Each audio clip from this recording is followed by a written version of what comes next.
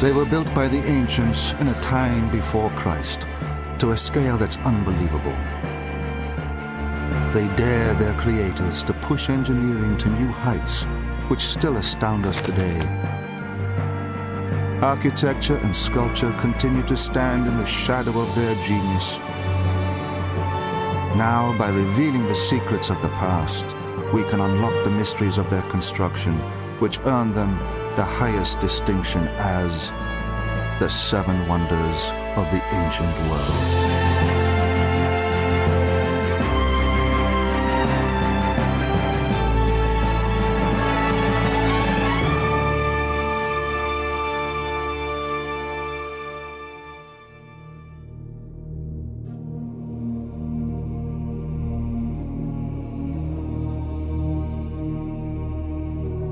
The Great Pyramid is the only survivor of the seven ancient wonders, the finest monuments of all time. The others have fallen, taking with them the secrets of their history and construction. They laid the foundations of human achievement, becoming the building blocks of modern architecture and sculpture.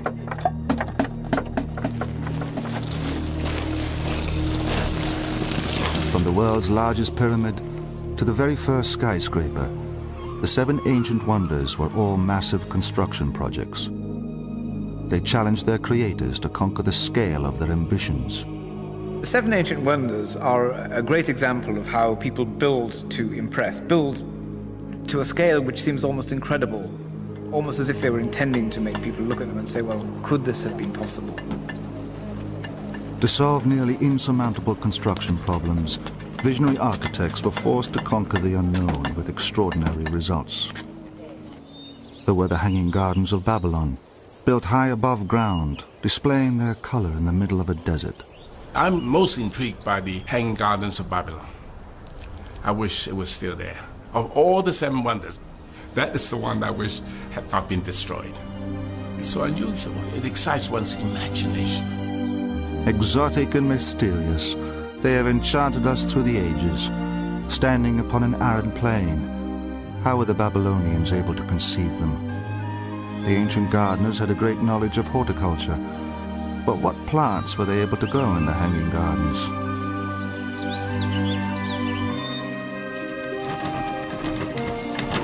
The first cranes were used to construct the world's largest marble temple. It was supported by a forest of fluted columns 60 feet high.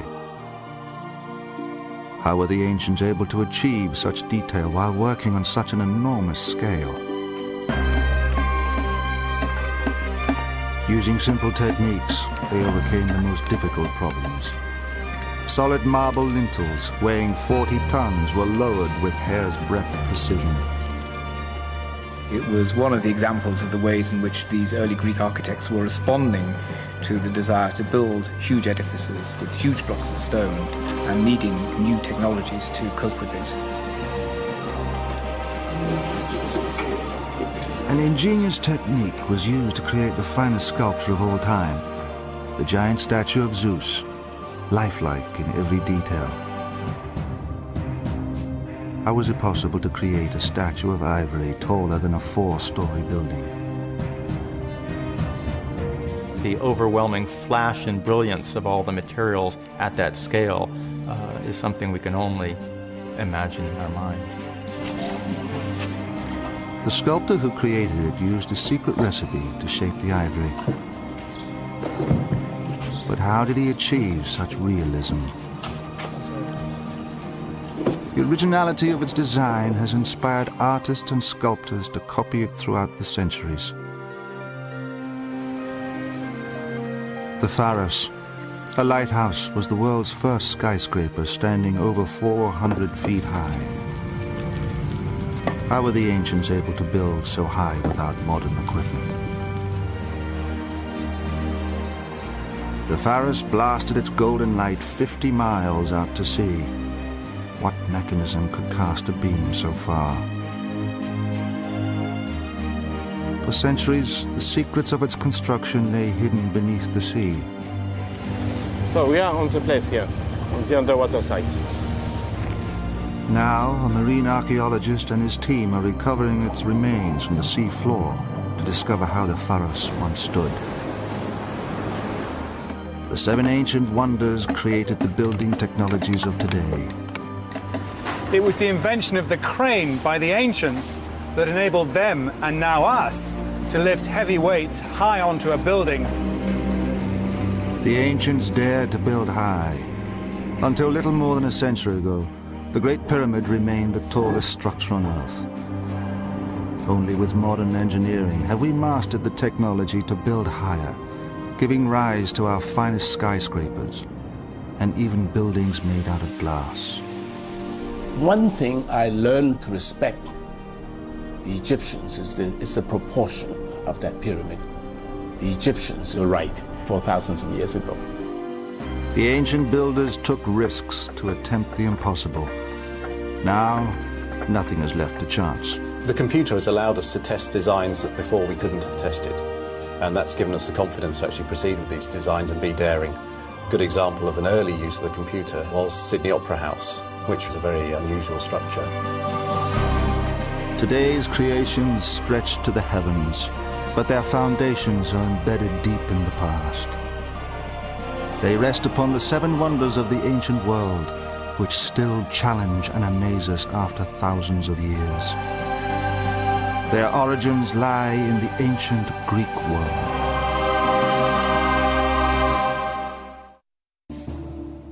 Although all 7 wonders lay inside the Greek Empire, only one stood within mainland Greece. In the 5th century BC, Greece was invaded by Persian armies. By 480 BC, the Persians had taken Athens, destroying much of the city. But the Greeks fought back and defeated the Persians. Within 10 years, the statesman Pericles came to power. Athens was rich from the spoils of war. Pericles commissioned monuments glorifying its victory, including a new temple to the goddess Athena, the Parthenon. It was decorated with lavish friezes. The most famous are known today as the Elgin marbles. The finest Greek sculptors worked on the Parthenon. Pericles was so impressed with one in particular, named Phidias, that he made him the chief designer. Phidias would become the Michelangelo of the Greek age.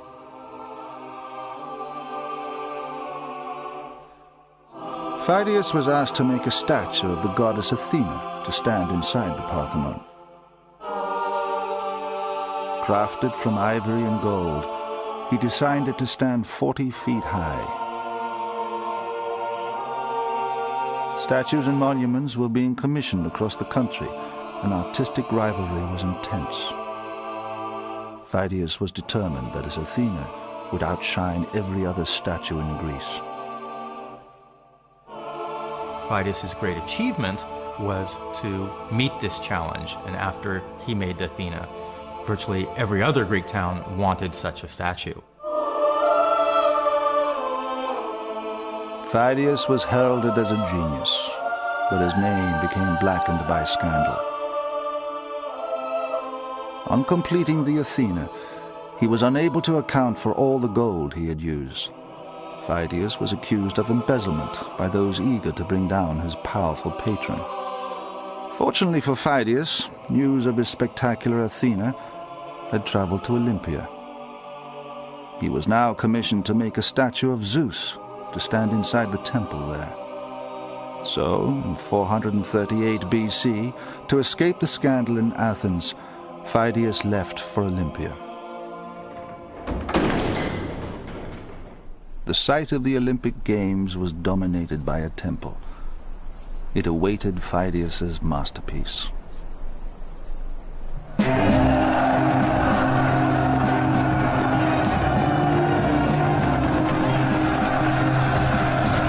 The Olympic Games attracted competitors from all over the Greek world. Wars stopped when the games were held in honor of Zeus, the supreme god.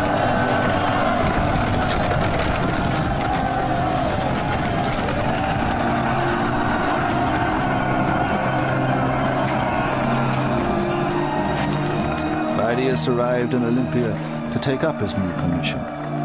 With his reputation on the line, he approached the great temple.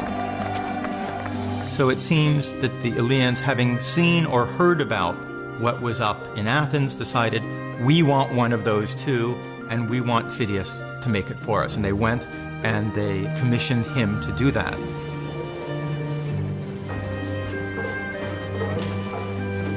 Until Phidias, ivory carving had only been executed on a small scale. Phidias designed the Zeus to be taller than a 4-story building. It would fill one end of the temple. It was too large to be carved out of solid blocks of ivory. So he developed a technique which has never been surpassed.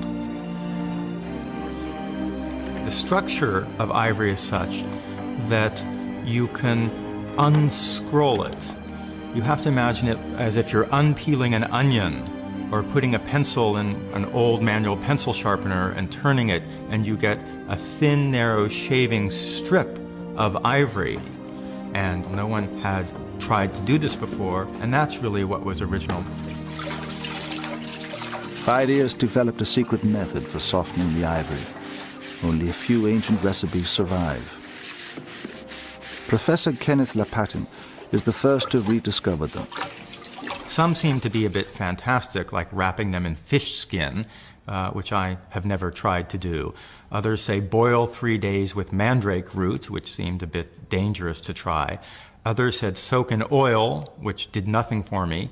But one said soak in vinegar, which I did do, and that produced results. And what happens is that the ivory, which is tooth, it's largely calcium, has some of its chemical components leached out of it, and it becomes soft and flexible. And then you can mold it to shape and dry it out, and it will maintain that shape. And it was Phidias' genius that assembled these techniques from various different crafts to make this wonder of the world.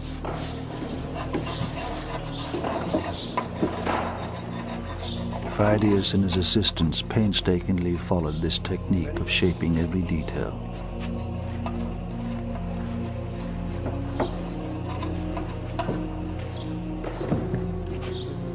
Every ivory section was made to fit exactly.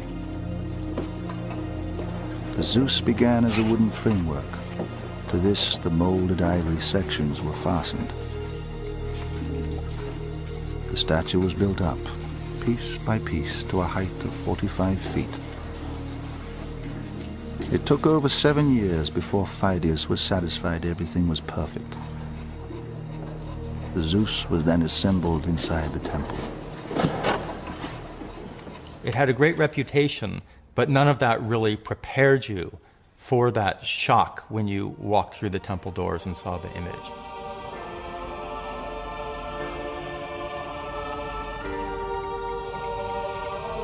Unlike, I think, all of the other wonders, you couldn't see it from afar. You had to go and enter the temple, and then it hit you all at once.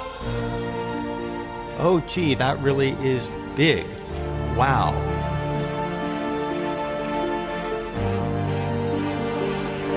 The writer Strabo, in the 1st century AD, was critical of its revolutionary composition.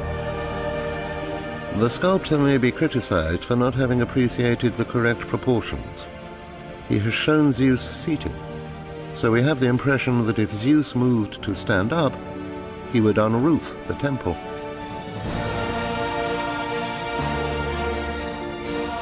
The Zeus sits still. He's holding his emblems of power, the victory in his right hand, the scepter in his left. But he's not doing anything. The stilling of the god gives him greater power because there's the potential there for action. He's very aware. And it's that calmness that becomes a hallmark of the classical style. Characteristics of Phidias' world wonder are echoed throughout Western art. From Byzantine images of Christ to 20th century statues of American presidents. In 1914, Daniel Chester French began work on the Lincoln Memorial statue. Using the same composition as the Zeus, Daniel French made the Lincoln statue out of 28 pieces of marble. Phidias had been meticulous in his study of light, but Daniel French discovered on a dull day his sculpture looked flat. He had to install an elaborate lighting setup. The scale of his sculpture was also criticized, this time for being too small. Daniel French had to double its dimensions to satisfy his commissioners. Even then, the Lincoln statue was only half the height of Phidias's Zeus. Over 450 years after Phidias's world wonder was made, Roman soldiers and workmen arrived with special orders from the Emperor Caligula. He had instructed them to bring the statue back to Rome, so he could put his own head on it. Legend recalls the statue let out such a loud cackle of laughter. The scaffolding collapsed and the workmen fled.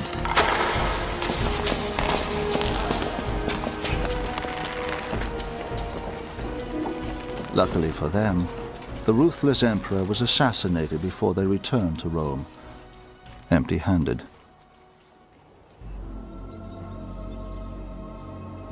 By 391 AD, the Christian church banned pagan cults and closed the temples.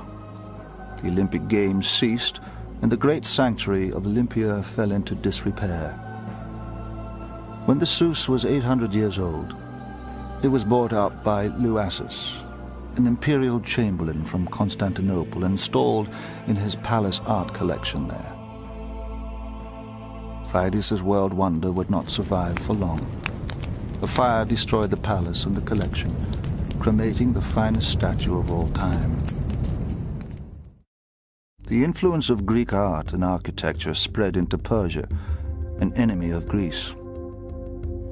At the western tip of the Persian Empire lay the once great city of Halicarnassus. It is now the small resort of Bodrum, lying in present-day Turkey. At first, it appears an unlikely site for a world wonder. But in the 4th century BC, this was the capital of a powerful sea empire. Inland from the harbor lie the ruins of a tomb, the most extraordinary building ever constructed. It stood the height of a 14-story building, combined an assortment of styles, and was covered with statues. It has left us the word mausoleum, used to describe monumental tombs ever since. Its style has been copied around the world, from the Freemasons' Lodge in Washington, D.C., to the Shrine of Remembrance in Melbourne, Australia.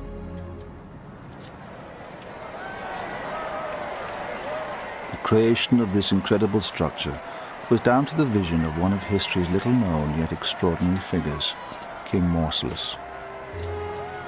A Persian governor, or satrap, he became king of this area, known as Caria.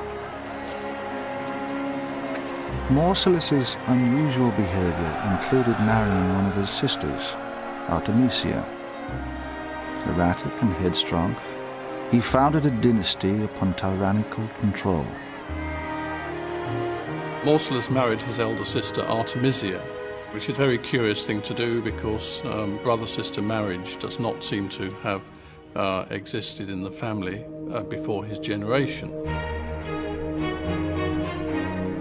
From the day he became king in 377 BC, Mausolus fiercely protected his kingdom.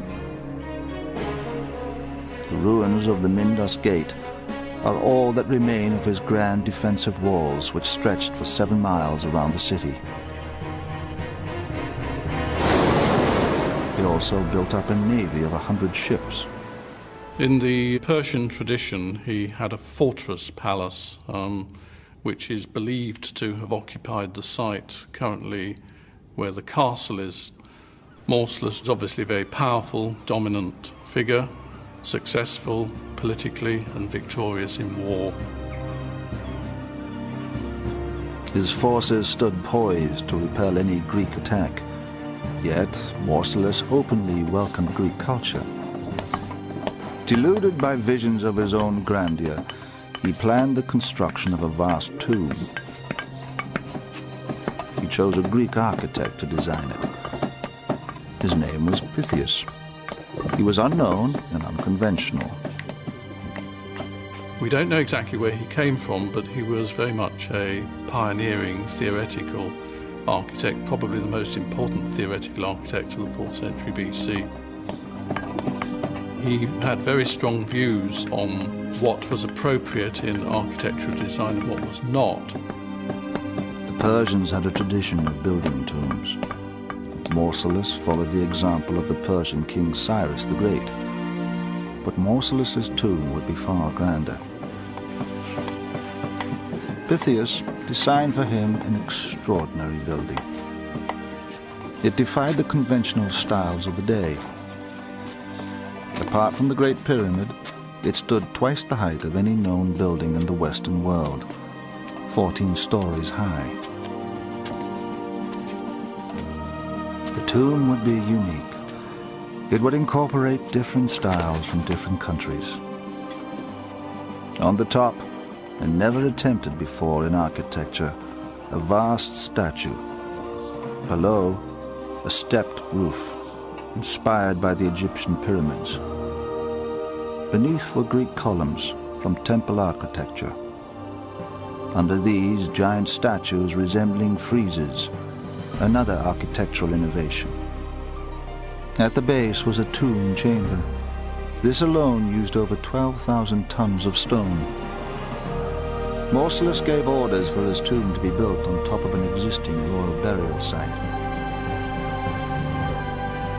Because of the scale of the tomb, this choice of location presented problems. The mausoleum needed foundations dug to a depth of 20 feet. They soon flooded. Having drained them, Pythias increased stability by joining the masonry together. Iron clamps, or dovetails, were used to secure each block to the next, and dowels were fitted between the courses. To assemble the columns, a hole was cut in the base of each, allowing iron connecting bars to join onto the next section. This technique is still used today.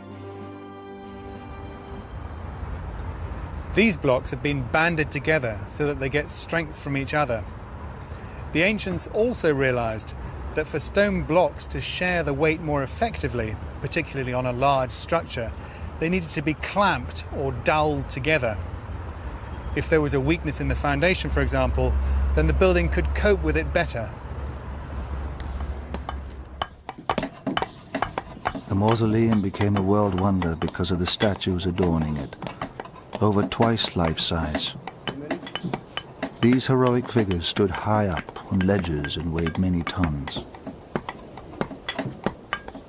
By the time that the mausoleum is being built, great strides had been made in the development of cranes and siege engines, massive timber constructions on wheels capable of lifting dead weights to a height of 140 feet. We take it for granted that we can use machinery to help us on our construction sites. This beam weighs about 1.5 tons. It was the invention of the crane by the ancients that enabled them, and now us, to lift heavy weights high onto a building quickly and with great precision. The heaviest statue sat on the very top of the mausoleum. It was an enormous sculpture of Mausolus and Artemisia in a chariot, pulled by 4 horses. This revolutionary idea of putting a statue on the top of a building has been copied since in triumphal arches and monuments. Mausolus never saw his completed tomb. He died in 352 BC. His body was interred within the mausoleum. But Artemisia, his sister and widow, would prove to be more formidable than Mausolus himself.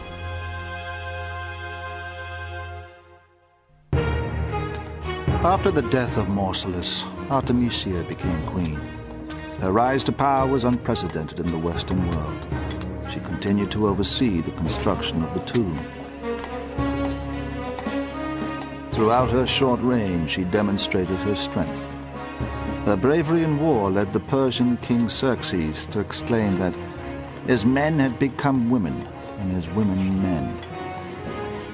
There is the famous story that the Rhodians decided to attack Halicarnassus after the death of Mausolus, when Artemisia was in control, thinking presumably they could easily overthrow a feeble woman. But she outwitted them and in fact captured them, and then returned to Rhodes with the Halicarnassian fleet and captured Rhodes. Although she appeared to be invincible, her brother's death had weakened her spirit. Her decline was so tragic it was later romanticized by Renaissance artists. She seems to have been completely besotted with her elder brother, to the extent that even after his death she is supposed to have mixed some of the ashes of his remains with her wine and drunk it. Possibly this is one reason why she didn't outlive him by many years. Artemisia ruled for just 2 years before she died. She was interred alongside Mausolus, her brother and husband. They were carried away to the next world in their chariot.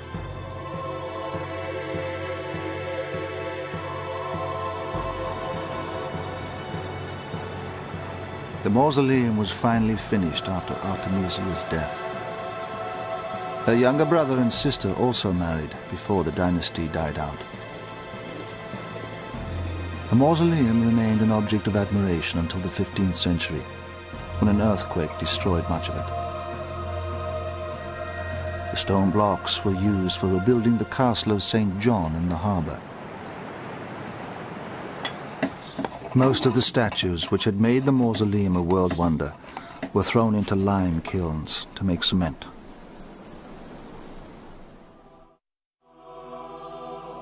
"100 miles up the Persian coast from Halicarnassus stood the largest marble temple ever constructed. It had been built at Ephesus, the wealthiest city in Asia Minor and the largest port on the Aegean. The temple, dedicated to the goddess Artemis, attracted pilgrims who flocked here to visit her cult shrine.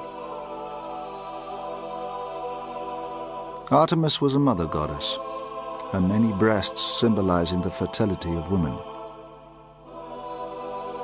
King Croesus, renowned for his wealth, financed the building of a temple to her in 550 BC. The architect chosen to build it was Chersiphron. Although he was highly trained in temple construction, this commission was on a scale never before attempted. One of the interesting things about temples, such as the temple at Ephesus, are that they are among the earliest works of Greek architecture on any real scale. Chersiphron may well have visited the temples of Thebes in Egypt and been inspired by the forests of columns there.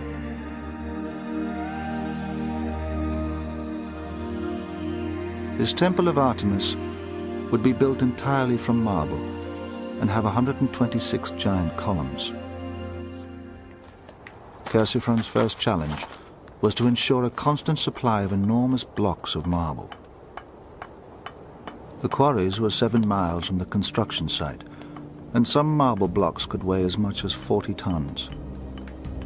Engineer Scott Steedman has examined the difficulties of moving them. There's a lot of controversy about how the ancients moved heavy stones. We know that they dragged them, of course, but when you drag a stone, you have to overcome a huge amount of friction from the weight of the stone on its runners underneath. So if you want a system that doesn't involve dragging, then you may be able to rock them, or even to roll them. This is a mock-up of a rocking device where the stone is strapped in between 2 large wooden rockers. This is a very efficient system of overcoming friction, and you can see just how easy it is to move even a heavy object. You could maneuver it, you could spin it, you could pull it up a ramp, with considerably fewer men than if you were trying to drag it. Chersiphron's methods of moving stone were highly advanced. He invented an ingenious roller pulled by oxen. The circular column elements were simply rolled along the ground within a frame pulled by oxen. But the rectangular elements were, of course, a rather more difficult proposition, and some of these were enormous. I mean, the largest of the architraves was nearly 9 meters long, which is an enormous block of stone. And to move that, he encased the ends in timberwork and turned them into wheels, and then simply attached draft animals to them and pulled them along. The temple measured a vast 180 by 360 feet, almost twice the size of the Parthenon. It was surrounded by a double row of columns, 60 feet high. One of the biggest problems was lifting up the giant lintels to the column tops. Stones like these weigh as much as 5 to 10 tons apiece. So how did the ancient Greeks lift such enormous weights to the top of a temple? We know that in ancient Egypt they used a form of cantilever crane called a shadoof to lift water. And we know that the ancient Greeks used the same principle, but on a much larger scale, to lift weights at the dockside, cargo and even ships.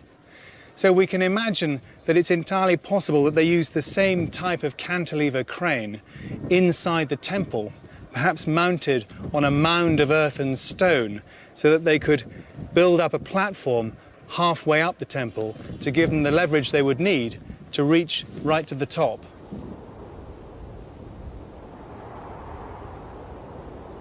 Unlike earlier civilizations, Chersiphron's craftsmen had iron tools. This enabled the marble columns to be fluted and decorated, but it called for greater care in handling them. One of the great difficulties of maneuvering these enormous blocks of stone is the precision that you need to get them finally into their exact place in the building. And you want techniques that can allow fine-tuning and allow little shifts of position and so on. Chersiphron had to ensure the 40-ton marble lintels were placed in exactly the right positions, or the whole temple could collapse like a house of cards. He contemplated suicide when faced with lowering the final section. A similar problem had once confronted the ancient Egyptians when lowering a 60-ton sarcophagus down a 30-meter shaft. Their solution was simple. They fill the shaft with sand, and they put the sarcophagus above the sand, and they cut a side shaft, and they take the sand from the side shaft, the sarcophagus will go down. Chersiphron adapted this Egyptian technology to solve his problem. One of the techniques Chersiphron used was to build a mound of sacks of sand, basically, and to put the architrave on that. And then by pulling away the sand at the base, the architrave is slipped slowly into position. And of course, this can be manipulated quite precisely and quite carefully. The sand was let out of the bags, slowly lowering the stone into position.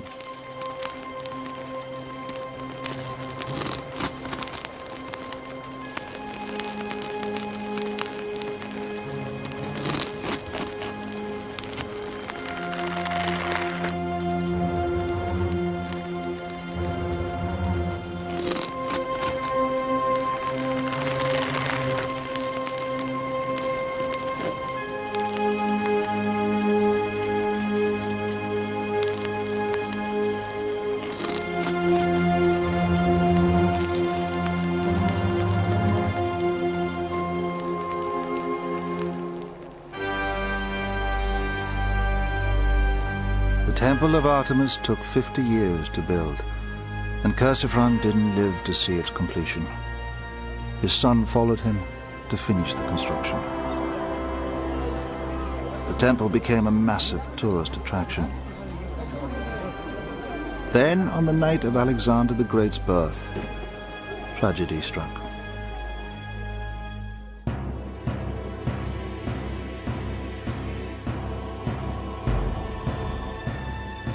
On the night of Alexander the Great's birth, legend records that the goddess Artemis left the great temple to be with him. While she was away, a pyromaniac wanting his name to be remembered forever, burned the temple to the ground. In the year 356 BC, there was what the sources describe as a madman, Herostratus, who was, it says, consumed with the desire for glory, that his name should be remembered to the ends of time, on the ends of the earth. And he burnt the temple down. The temple had a wooden roof and staircase. Once a falling beam had toppled a column, collapse was inevitable. Although the pyromaniac's name was erased from all records for his appalling crime, the word Herostraton has remained to describe infamy. But the Temple of Artemis had a second life. Within decades, it was rebuilt, becoming one of the 7 wonders of the ancient world. During its reconstruction, Alexander the Great conquered every country around the eastern Mediterranean, bringing 2 ancient civilizations into the Greek Empire, Babylonia and Egypt.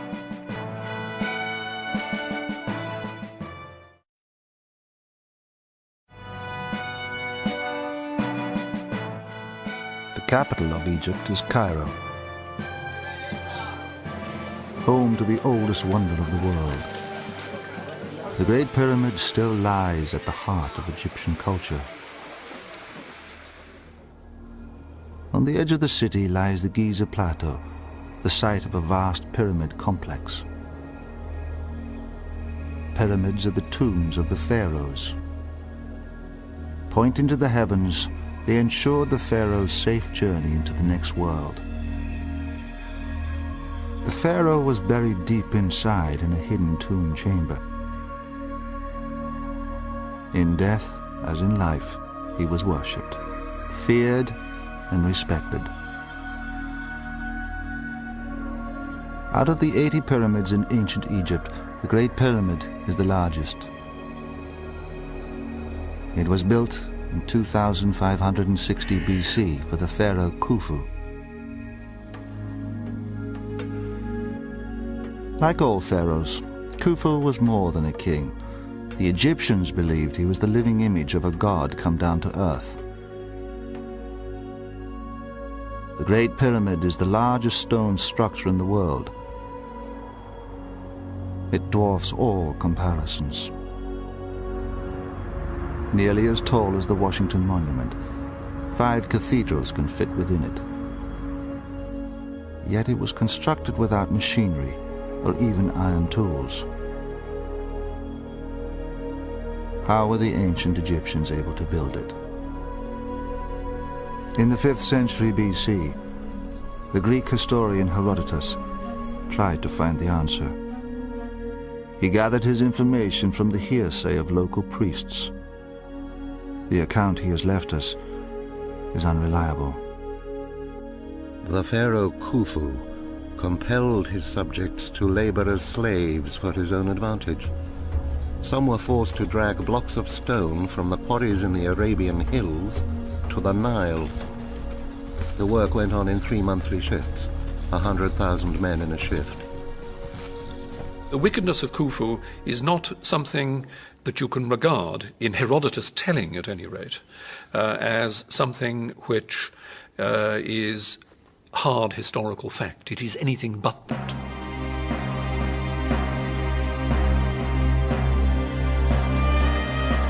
Herodotus's inaccuracies were exaggerated throughout the Christian era and later popularized by Hollywood.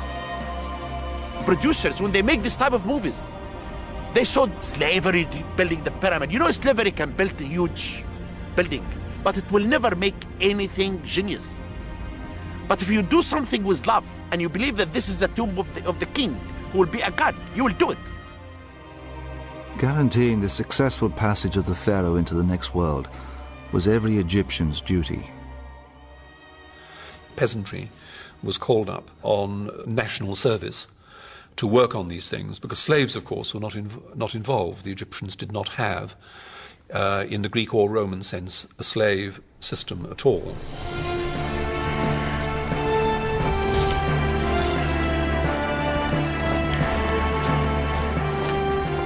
Although slavery didn't exist, workers were conscripted like an army. During the annual floods, farmers worked on the pyramids, which was preferable to going hungry.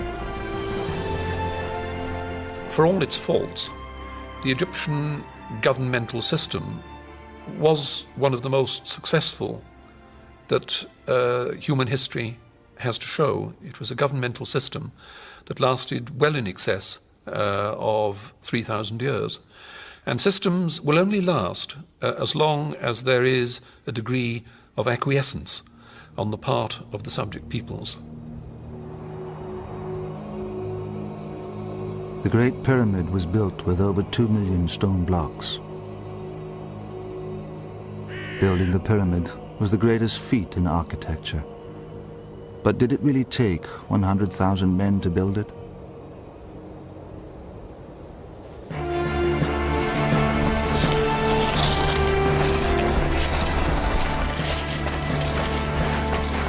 The Egyptians were practiced in pyramid building. Their production line ran highly efficiently. Instead of Herodotus's 100,000 slaves, only 20,000 laborers were used. In place of soldiers with whips, help was at hand to tend the sick and injured. The Egyptians put doctors, physicians on the site to save the workmen, because they found many workmen had broken hands.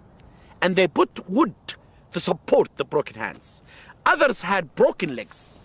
We found that all the tombs of men and women, the skeletons, had a stress on their back because they were involved in moving heavy stuff. And they died during the construction of the pyramids. The Giza Plateau was chosen as the site because of the quantity and quality of the building stone. The men lived here in laborers' quarters, their heads shaven to deter lice. Working in gangs, they hauled the stone blocks from the nearby quarry on sledges. An illustration from the tomb of a nobleman shows this process on a grand scale. A colossus being dragged along. Sleepers or runners were often set into the ground to reduce friction, but there were no rollers under the sledge. I know that Hollywood, the Technicolor industry, is very keen on rollers. You can get lots of Israelites squashed under things like rollers, and it makes for good copy. But there's no sign of any roller at all. And standing on the knee, there is somebody clapping his hands and saying, as the Egyptian text indicates, Jehuti hoppe meri nesu, which is one Egyptian equivalent of what shall we do with the drunken sailor. It ensures that everybody pulls at the right time. It gives a rhythm to the whole operation. The lower part of the Great Pyramid used the largest blocks, weighing 5 tons or more. Although a stone block was fitted into place every 2 minutes, the Great Pyramid took 23 years to build. Provided the Egyptians had time, and provided they had their disciplined workforce and these techniques, they could achieve what they needed to achieve. The ancient Egyptians set out the base like a compass. One side, aligned by the stars, runs north to south. With only geometry and rope to help them, it is baffling how they created a perfect square. Engineer Scott Steedman demonstrates one possible method for laying out a pyramid, which may have been used by the Egyptians 4,500 years ago. One of the mysteries of the ancients is how they managed to survey structures as accurately as they did, as large as the pyramids in deserts just like this. There are a number of theories as to how they did it, but this is a simple way in which you can lay out a right angle. What we need is a little simple geometry and a piece of string. And what I want to do is to find the exact midpoint and mark it, and then we'll use that to lay out a right angle off our north-south line behind me. And here's the exact middle. I'm going to mark that with a green piece of twine because I need to find that. With the string, Scott forms a triangle. He loops the ends around 2 posts set upon the north-south line and pulls the middle of the string out to find the midpoint. Right, here's the green marker. Now, the trick about this is it doesn't matter how hard I pull, because the tension is the same in both sides of the string. He marks the midway point with a post. He repeats this the other side, again marking the midway point with a post. By aligning these 2 points with a string, Scott has created a 90-degree angle. That's the original north-south line, and this is the new east-west line. The beauty of this system is that you wouldn't just do it once. You would go on from where I stopped, right around the pyramid, and then you would go back the other way anti-clockwise, and then back again clockwise. Each time you'd close out the error just that little bit more, until you got it to the precision that you wanted. The rough appearance of the Great Pyramid masks the precision of its construction. Its limestone casing was stripped away centuries ago to rebuild Cairo, but the pyramid remains the most accurately built stone structure on Earth.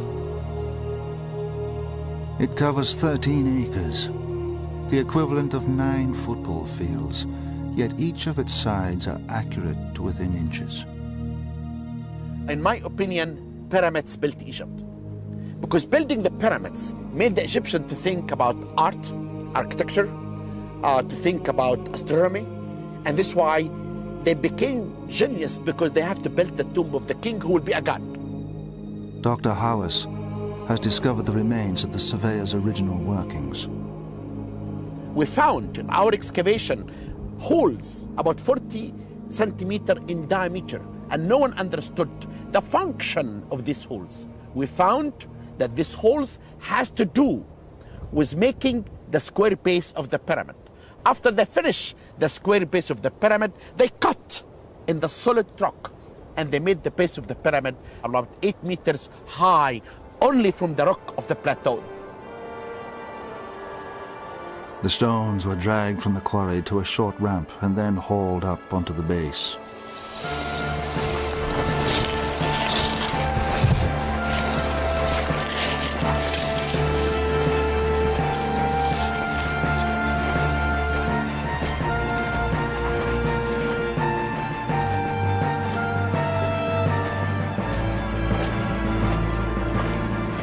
Dr. Hawass has discovered remains of the ramp which stretched 1,000 feet from the quarry.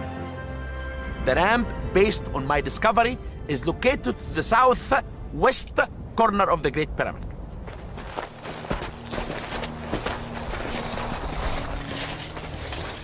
After the stones were hauled up onto the base, Dr. Hawass believes they were then moved upwards using a girdle or spiral ramp. This wrapped around the outside of the pyramid and was made from mud and rubble.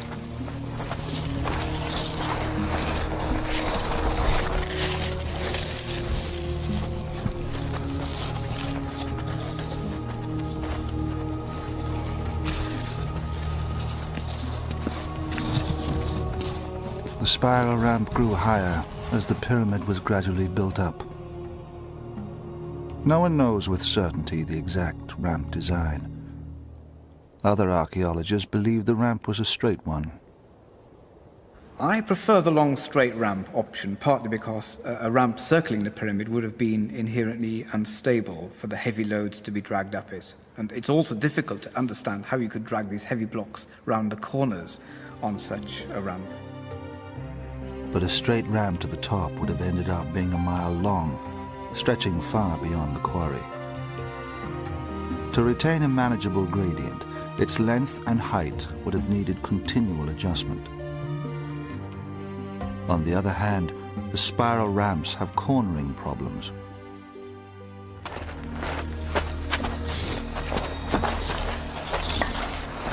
As the Great Pyramid grew higher, the stones became smaller.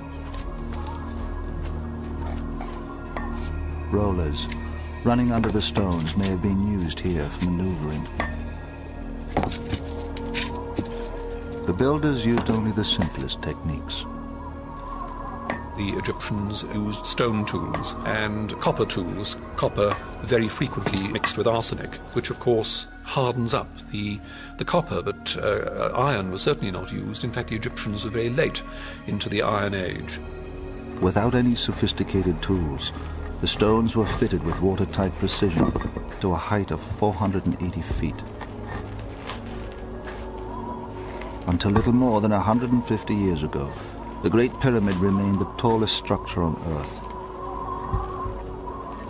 When built to the top, it resembled a series of steps. It was then ready to be cased in top-quality limestone.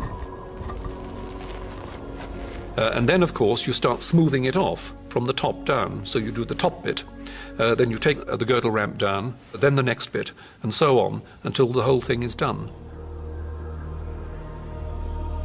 After 23 years, Khufu's tomb, the largest pyramid ever built, was complete. Pyramids are the most enduring ancient structures on Earth, and the Great Pyramid is the only ancient wonder of the world standing today. It has been imitated many times.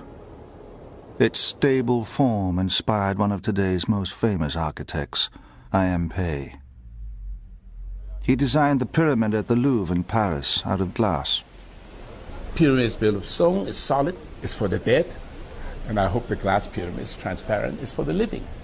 But one thing I learned to respect the Egyptians is the proportion of that pyramid, of the Giza pyramid. It's the only one that we came to that satisfies from both directions, whether you look at it head on or look at it at 45 degrees. It's neither too flat nor too peaky. So I think that proved a point that, to myself anyway, that the Egyptians were right 4,000 some years ago. Khufu's pyramid was so admired that his son and grandson followed him, building their tombs alongside his on the Giza Plateau. But the Great Pyramid has remained the father of all ancient structures. The people came for the first time, they looked at it, said, God, how it was built, who built it? Arabs, when they came in the 9th century AD, they said that man fears time and time fears pyramids. It's true. The pyramids are immortal. It will live because of the way that the pyramid was constructed. The techniques used to build the Great Pyramid would pave the way for the other 6 world wonders to follow.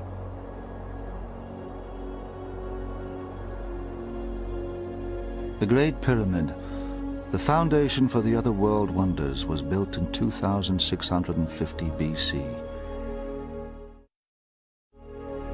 It would take another 2,000 years before the next wonder of the ancient world was created in the most spectacular city on Earth, Babylon. The city was surrounded by inhospitable terrain for hundreds of miles. Merchants journeyed across the wilderness from every corner of the ancient world to trade their goods in the wealthy city.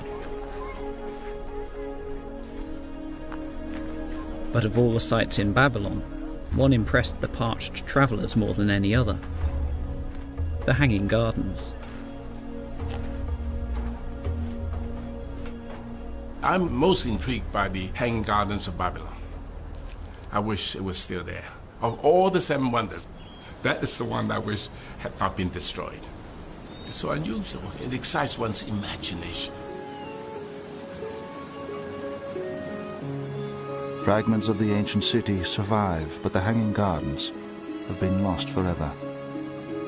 Some scholars doubt whether they could have existed here.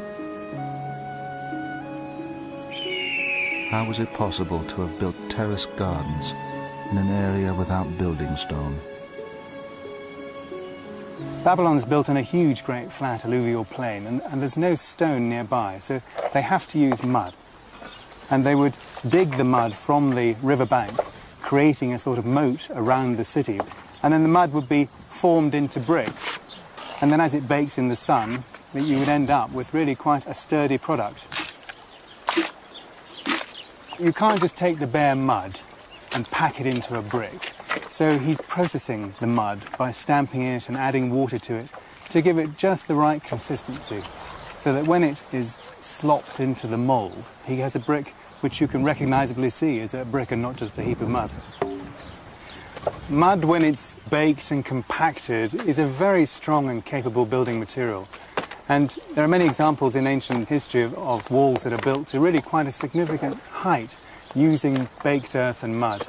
Sometimes that needs to be reinforced, perhaps with straw or reeds, which would be laid flat and then more earth compacted on top. But as long as you created a big, wide, massive wall, essentially, it would be a very strong and capable material.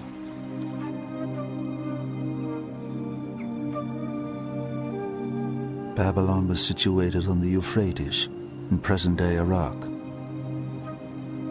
In the 6th century BC, King Nebuchadnezzar rebuilt it. The walls were so splendid that the Greek poet Antipater had included them as one of the 7 wonders. Herodotus was also impressed by them. They formed a square. Along the top were walkways wide enough for 2 chariots to pass. There were 100 bronze gates in the circuit of the walls. It was some 56 miles around the whole city.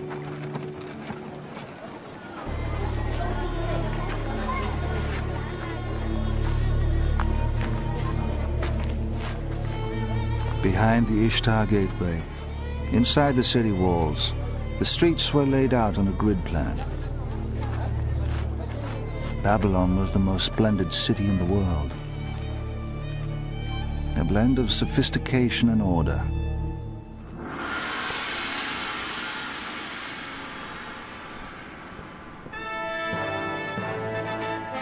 King Nebuchadnezzar ruled Babylonia from his palace.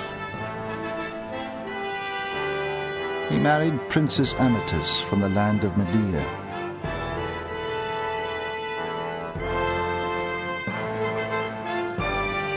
Their marriage symbolized a prosperous union between their countries.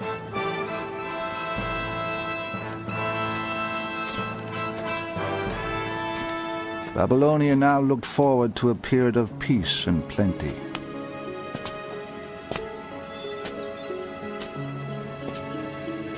Above the palace, Nebuchadnezzar built the grandest celebration of this new era, the Hanging Gardens. They were a spectacular surprise for his queen. The earliest account of them comes from Berossus, a priest writing 200 years after they were built. And within this palace, Nebuchadnezzar erected the so-called Hanging Garden, because his wife, having been brought up in the country of Media, had a passion for mountain surroundings.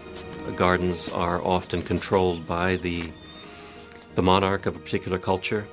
That monarch is showing that he or she can control the landscape and can make it flower in a way that God cannot in the landscape around them.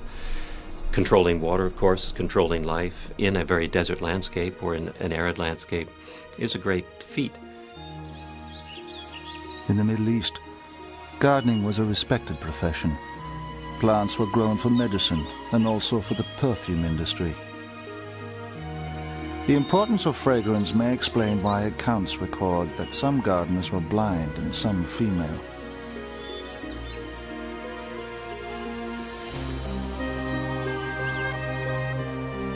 Records show that Nebuchadnezzar's gardener was given special rations from the palace.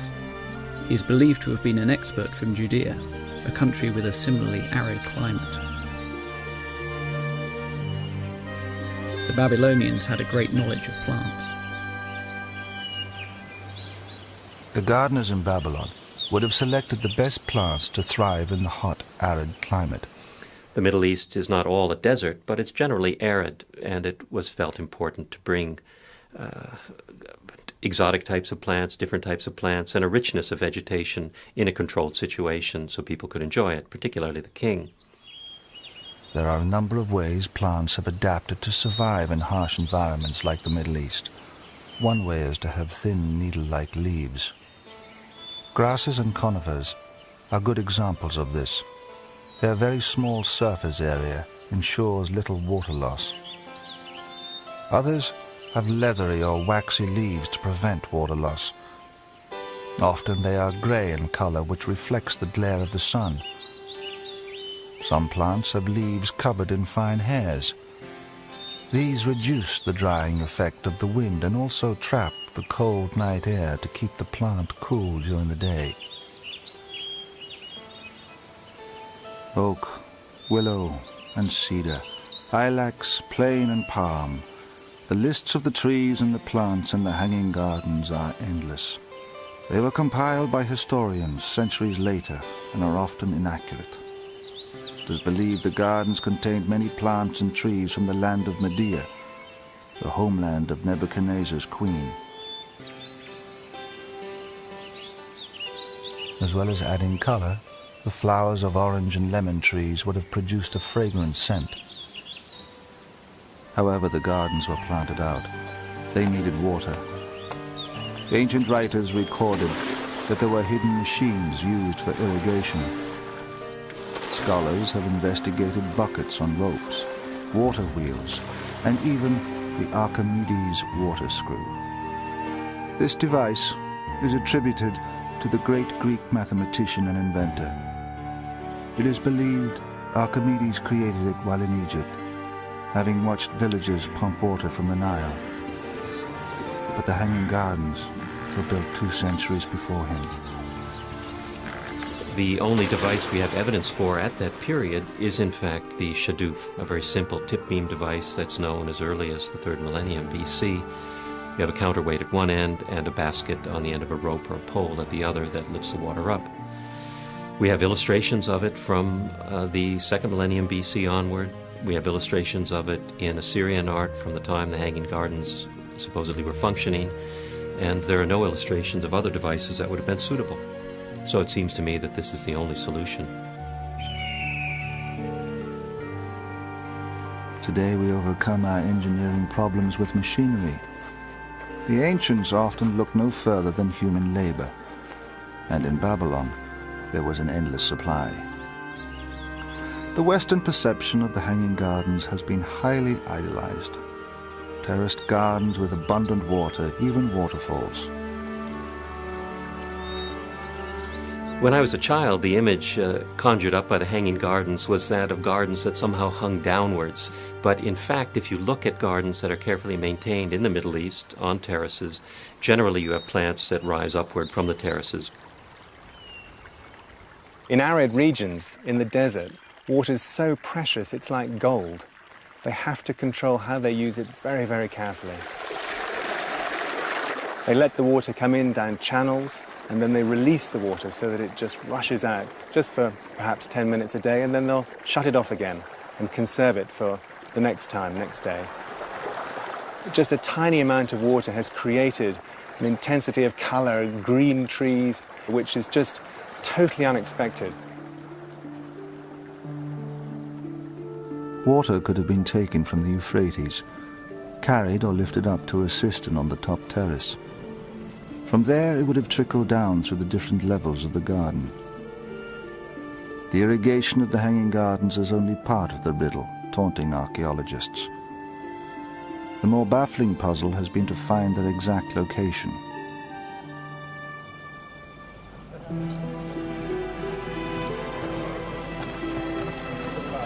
The city of Babylon was known across the ancient world, but accounts of the Hanging Gardens were hard to find, even at the time of their construction.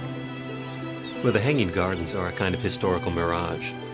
We have sources from the 1st century AD that say there was Hanging Gardens at Babylon, but Herodotus, who's writing very close to the time the gardens supposedly were built, doesn't mention the gardens at all. If they were so spectacular, you'd expect him to say something.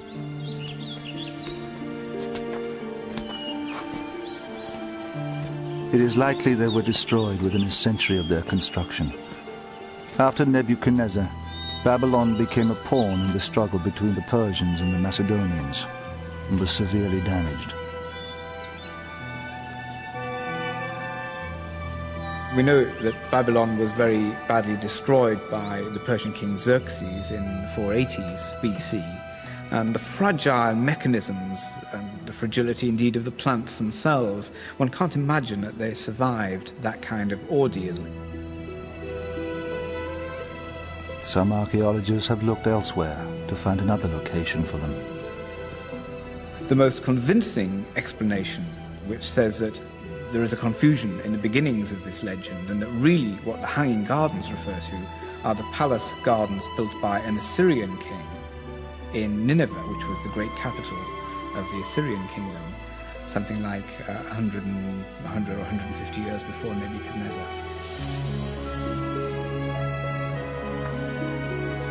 Despite their short lifespan, the gardens have gained legendary status.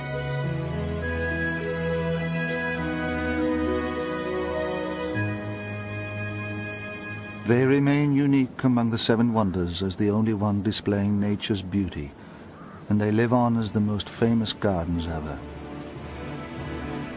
The balance of power in the Middle East would change, and with it the fortunes of Babylon. Persian armies under Cyrus the Great overran the Babylonian Empire. Just 200 years later, an awesome army recruited amongst the valleys and mountains of the Greek mainland would conquer Babylon once again.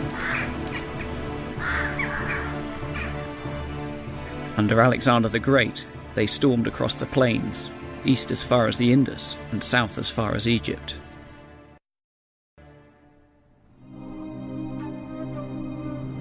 Greek artists, sculptors and masons followed in the wake of Alexander's armies.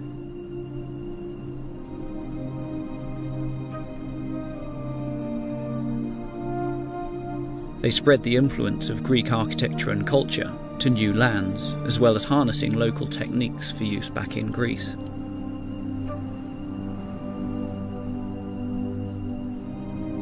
Under Alexander, for the first time, all the wonders of the ancient world were brought within the same empire. The idea of seven wonders is in many ways inconceivable without Alexander the Great. His conquests in Babylonia and Egypt brought the Hanging Gardens and the pyramids to greater Greek prominence. Babylon in particular caught Alexander's imagination. Alexander was interested in Babylon as the center of learning, the center of power, the traditional center for Mesopotamia. And indeed, he died in Babylon and was planning his last campaigns there, and was, I think, planning to make Babylon the capital of his syncretistic empire. So he certainly saw Babylon as a key place in the geography of the world. After his death in 323 BC, the empire was divided up amongst his generals. Ptolemy took Egypt, Antigonus seized Asia Minor. In between these two powerful territories lay the small island of Rhodes. By trading equally with both Egypt and Asia Minor, the islanders had benefited much from their neutrality. Forced to choose sides, the people of Rhodes took up arms on behalf of Ptolemy of Egypt.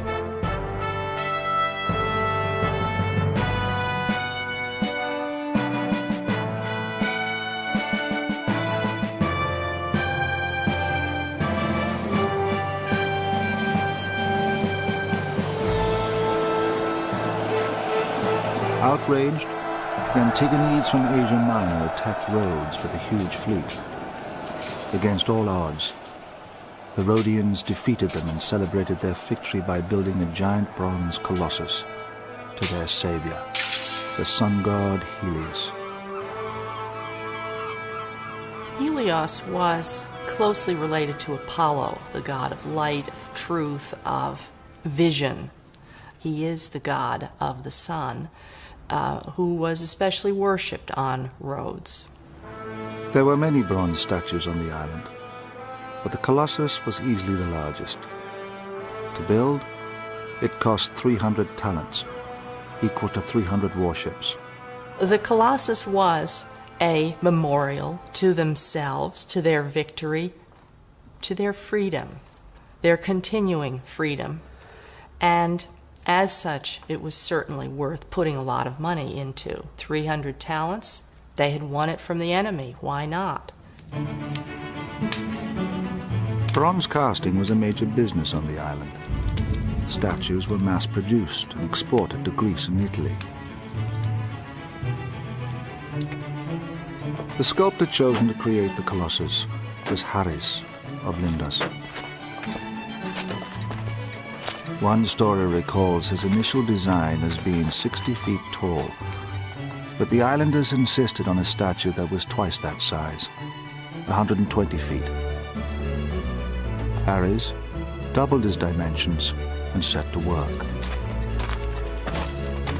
Haris was especially well qualified for this job because he had studied with one of the greatest bronze artists of the 4th century BC, Lysippus.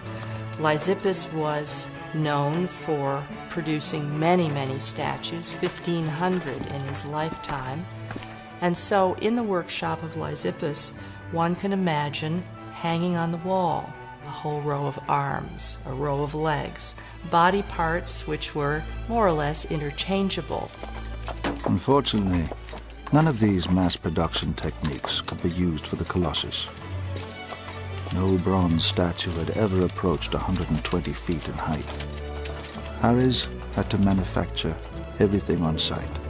The casting would have been directly next to where the statue was to be put up. Probably a whole series of pits in which the pieces were cast. Those pieces would have been riveted together, and the statue would have been set up on the spot. The basic techniques of bronze casting have changed little over the centuries. From a scale model, the first process is to make a copy. Today, a latex mold is filled with liquid wax. Haris may have used clay or terracotta molds. When the mold is pulled apart, the wax replica remains. Replicas are then covered in a heat-resistant coating and fired inside a kiln. The wax inside melts and is released through pipes and channels. The hollow replica can now be filled with molten bronze. When it cools and the casing removed, the finished bronze remains. The Colossus gradually took shape. Piece by piece, each bronze section was attached to a framework of wood and iron. Iron had been in use for weapons, for tools. Iron was used also in classical times for the bronze casting industry. Iron pins were used to support a project during casting. Keeping the statues stable was a problem. Stones were dropped down the ankles into the feet to add weight to the base. As the colossal sun god grew taller, the workmen needed access all around the statue. Haris's solution was to bank up earth around the Colossus with a spiral pathway, rather like a girdle ramp used in building the Great Pyramid. There was one drawback to this. When Haris designed the statue, he would never have a chance to see what the finished work would look like until the work was finished, which is certainly a deterrent in producing a Colossus. You can't look at it at various stages of the process, put it all together, take it apart again. You have to wait till the whole thing is finished before you get your first view of what it's really going to look like.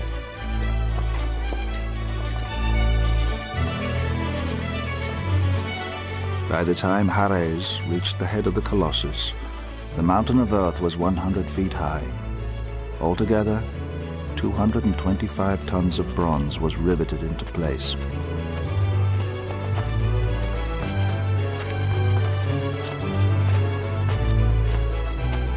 Gold rays were fitted to his crown, which pointed to the sun.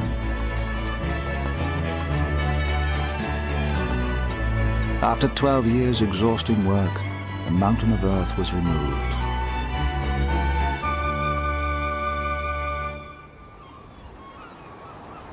Haris' magnificent colossus of the sun god Helios, 120 feet high, was left to stand guard at the harbor side.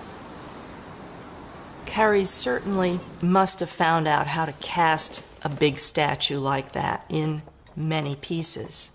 What he overlooked, apparently, was finding out from somebody how to make it stand up. Obviously, nobody had been making colossi, and so nobody thought carefully enough about how to keep this statue standing. When you scale up a structure, you have to think very carefully about how it's going to support itself. What works well when it's small may not work at all when it's large. If you scale up a hollow sculpture, for example, then the weight of the shell itself may overload it.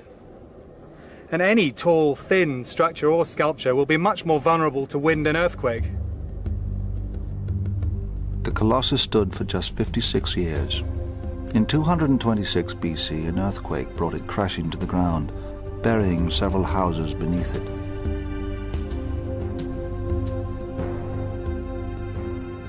With time, people forgot how it had once stood. During the Renaissance, Martin van Heemskerk, the first artist to draw the 7 ancient wonders, depicted it astride the harbor. Impossible. But as people tell the story over and over again, the statue gets bigger and bigger until a ship can sail beneath it. When a statue is standing on 2 legs, and it's a naked statue, as this would have been in the tradition of producing statues of gods and of heroes, it's the legs have to be close together to give it the support that it needs. But the idea of the Colossus straddling the harbor still remains popular. Engineer Gavin Davis assesses the likelihood of this. If the legs were together on the sculpture, it would be a lot more stable because the weight of the upper half of the body is carried vertically down through the legs. And then provided the foundations are strong enough, then you should have a relatively stable structure. If the Colossus had stood with the legs apart, it would have been considerably weakened. The key area of concern in the Colossus is how the weight load is carried down the 2 legs when they're quite wide apart. Once you do start getting any wind loading on this kind of structure, then there are obviously weak areas. Around the 2 ankles, for example, would be an obvious area of concern. Over 2,000 years after the Colossus, Auguste Bartholdi designed the Statue of Liberty. He employed the greatest engineer of the day, the Frenchman Alexandre Eiffel. Avoiding the mistakes of the Colossus, Eiffel introduced revolutionary technology to ensure the Liberty would stand forever.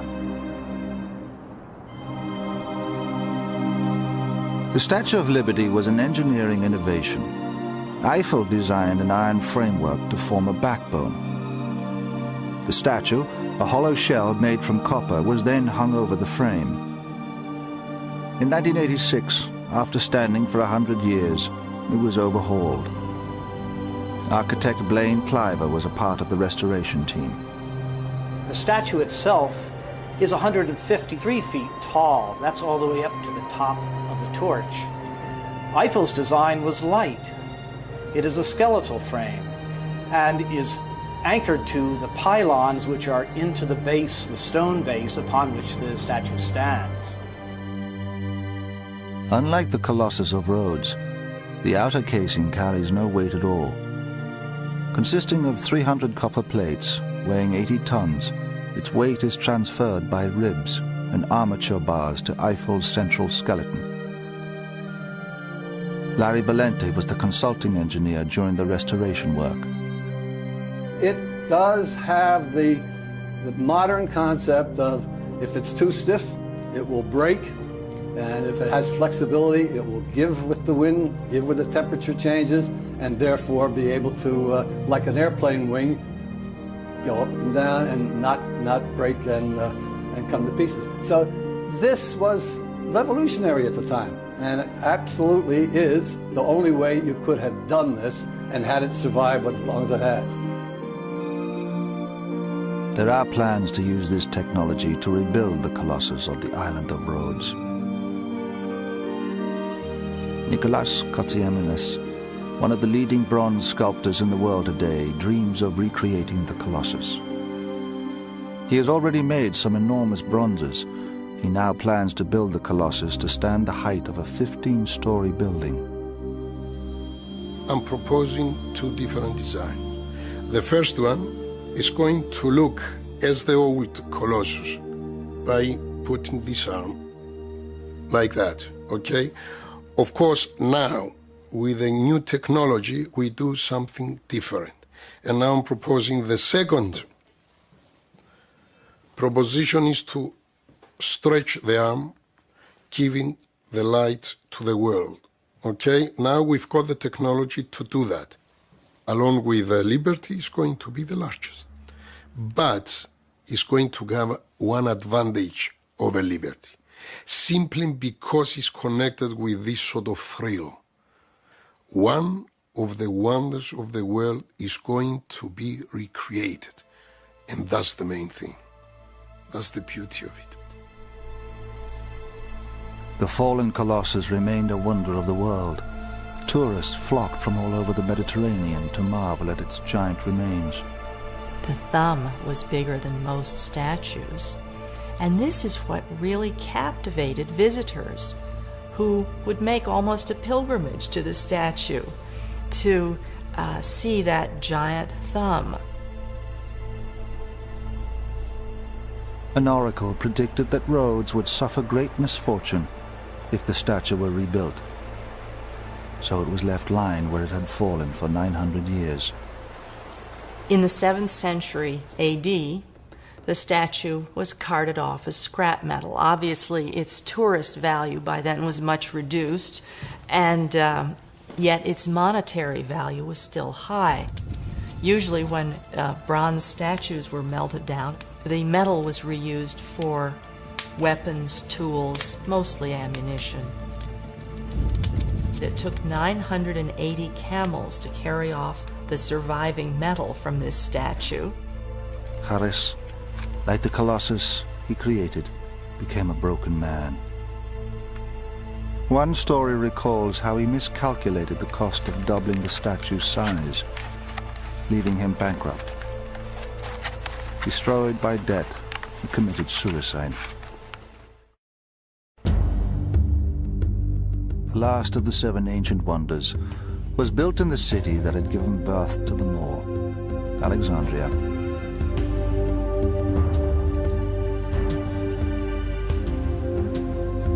Founded by Alexander the Great in 332 BC, it was the world's first metropolis. Standing at the head of the Nile, it rivaled ancient Rome in size and power. From its earliest days, the city has been a melting pot of civilizations. You could find any product from India, from Italy, from Greece, from Africa. Most of the goods for Alexandria's markets were brought by sea. As traders approached the Egyptian coast, they kept a lookout for the familiar sight of Alexandria's wonder, beckoning them to safe harbour.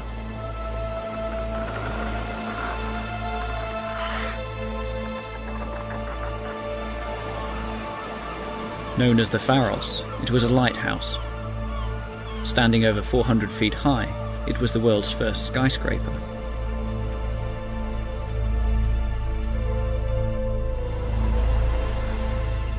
Lighthouses had been built around the Mediterranean from as early as the 7th century BC. The waters off Egypt were particularly treacherous, hiding submerged rocks that had brought many ships to grief. It could be argued that the Pharos is perhaps the most utilitarian of all the 7 wonders. It actually has ostensibly this practical function of guiding ships into the harbour of Alexandria. But the Pharos was more than a beacon. It had another function. Here we have a tower which expresses the power and control and prestige of the Ptolemaic dynasty, the kings of Egypt of the time.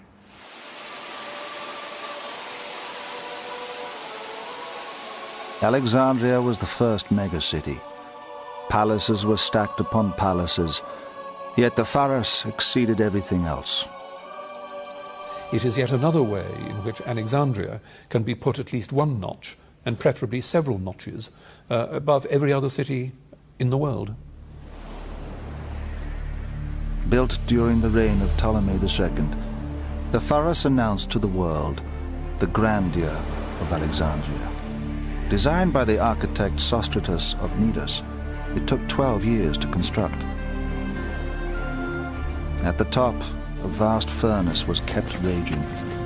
It blasted its golden light 50 miles out to sea.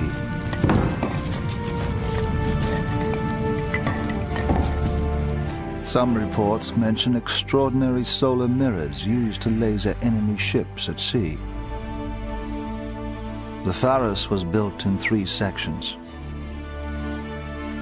On the base sat a square tower, 233 feet tall. The second section was octagonal, and above it was the lighting apparatus. It's believed a spiral rampway inside allowed donkeys to take up the loads of fuel.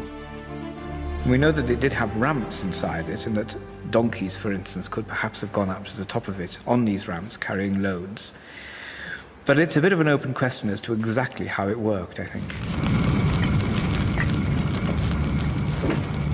The light at the top was created by a furnace. It was directed out to sea via large bronze reflectors.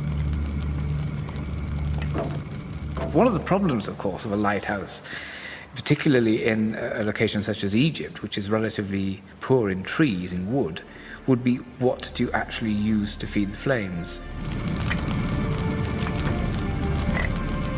Alexandria was the largest port in the Greek world, and it is likely that the city had access to many raw materials. Various fuels have been suggested, ranging from wood and oil to fats and tree resins.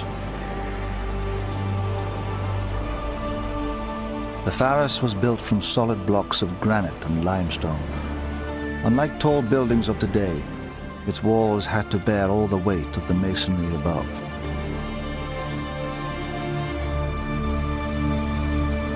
Modern buildings have very thin outer skins, sometimes entirely glass, and the walls themselves carry no weight at all. This is achieved by using a frame. I'm holding onto one of the steel stanchions here, so the ground floor and the interior can be entirely open. Frame technology was only invented relatively recently with the advent of modern materials like steel and concrete. Because the ancients were limited to stone, they had to build enormously thick and heavy walls to reach the heights that they wanted. In the 19th century, Jules Bordet, a forerunner of Eiffel, made the most ambitious copy of the Pharos.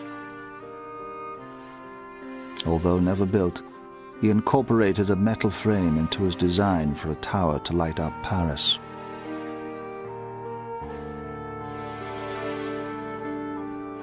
Built entirely from stone, it is unclear how the Pharos could stand so tall.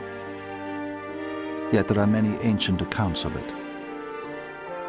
The Pharos of Alexandria is actually one of the better documented of the Seven Wonders. It ceased to be a lighthouse at the end of the classical period, but it went on to be used as a mosque. In fact, what they did was on the top where the lantern had been, they built a mosque. There are Arab historians who had climbed it and give very good detailed descriptions with dimensions. So we can be fairly sure that it really was as it's described. Today, a medieval castle stands on the site of the Pharos, which stood until 1303. Named after the small island on which it was built, Pharos has become a generic word for all lighthouses. Like the Mausoleum and Colossus, the Pharos was destroyed by an earthquake. For 700 years, its remains lay on the seabed. But recently, a marine archaeologist has begun bringing to the surface the world wonder that has remained hidden for centuries. When the Pharos was toppled into the sea, its massive building stones were scattered across the harbor. Marine archaeologist Jean-Yves Empereur has been excavating the underwater site. He still can't comprehend the scale of his discovery.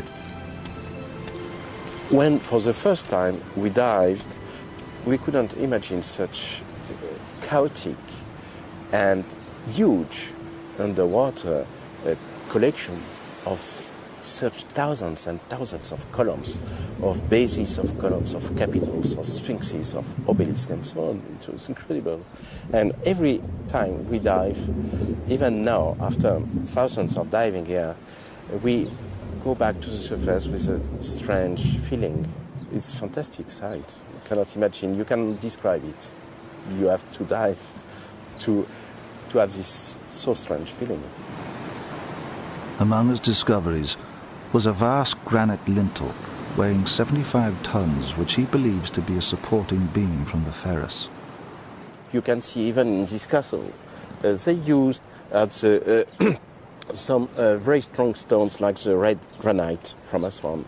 You see at the base of the windows or the frame of the doors, they used ancient pieces of granite or columns even in the masonry, exactly like the pieces we are in the underwater site, to reinforce the building itself. So we are on the place here, on the underwater site. This is a slip from where we jump into the water.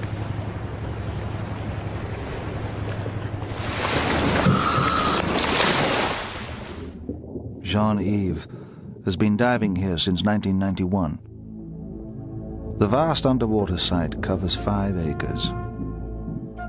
His team continues to log the size and weight of every block. Deciphering the thousands of artifacts is a monumental task. The Pharos fell amongst palaces and the other treasures of the once great city. So Jean-Yves and his team have a painstaking task of deduction. Using inflatable parachutes, they lift the huge obelisks and statues weighing many tons.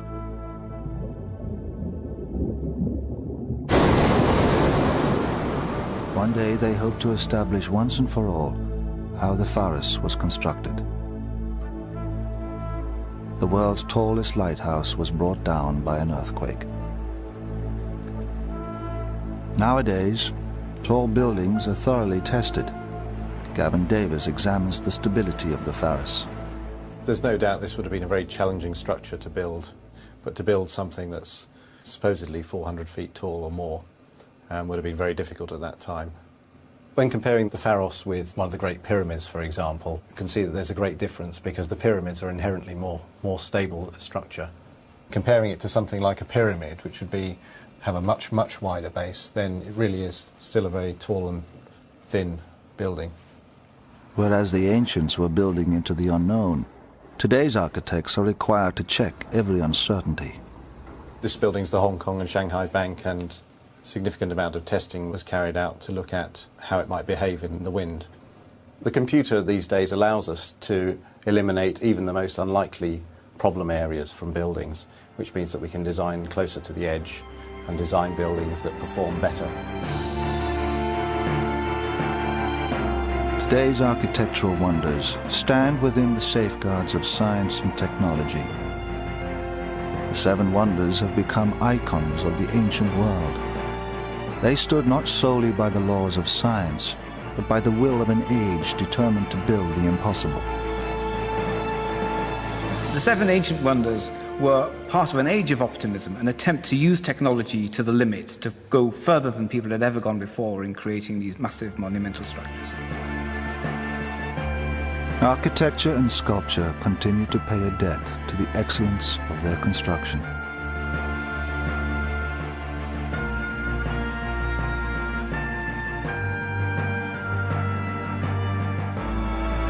Still, there is this notion that in antiquity there were 7 structures that were the epitome of magnificence and achievement. The 7 ancient wonders challenge the finest minds. Even now, we still wonder how to match them. If we tried to make a list of today's wonders, could we find 7? Or would we find 200? Their high ideals have stood the test of time. They remain the cornerstones of our finest constructions. Architecture has to serve a purpose. And I think the symbolism of the pyramid is as valid, in my opinion, today as it was then. The 7 wonders of the ancient world set the supreme standard and keep alive the dreams of the ancients.